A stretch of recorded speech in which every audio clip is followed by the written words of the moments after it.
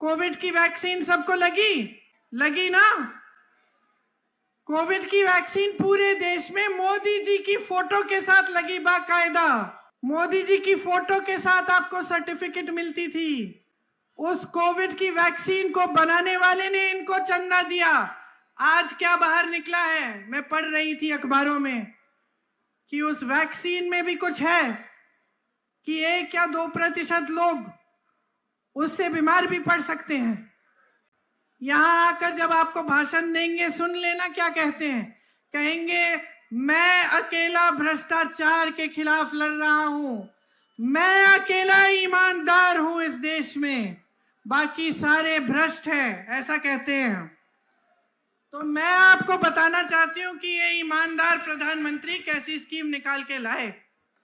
Scheme ये थी कि जो भी चंदा देगा किसी भी राजनीतिक दल को, उसका नाम गुप्त रहेगा।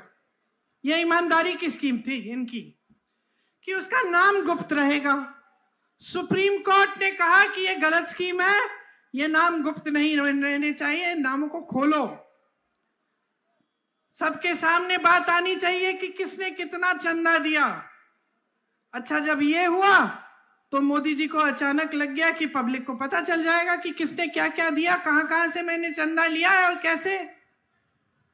तो फिर कहने लगे कि अरे पहली बार इतिहास में ये सूची पारदर्शी हो गई है, जनता को दिख रही है। तुमने थोड़ी दिखाई, अरे मोदी जी ने खुद थोड़ी दिखाई।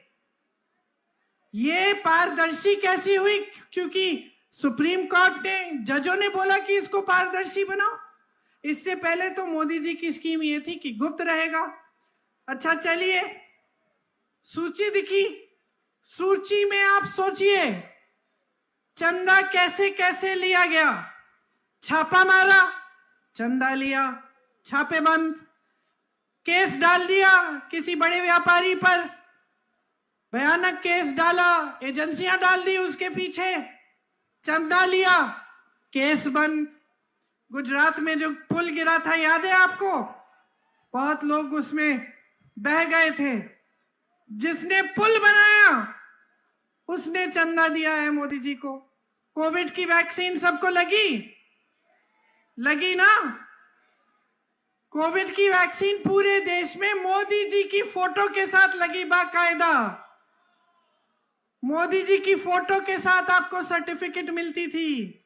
उस कोविड की वैक्सीन को बनाने वाले ने इनको चंदा दिया। आज क्या बाहर निकला है, मैं पढ़ रही थी अखबारों में कि उस वैक्सीन में भी कुछ है कि 1 या 2% लोग उससे बीमार भी पड़ सकते हैं।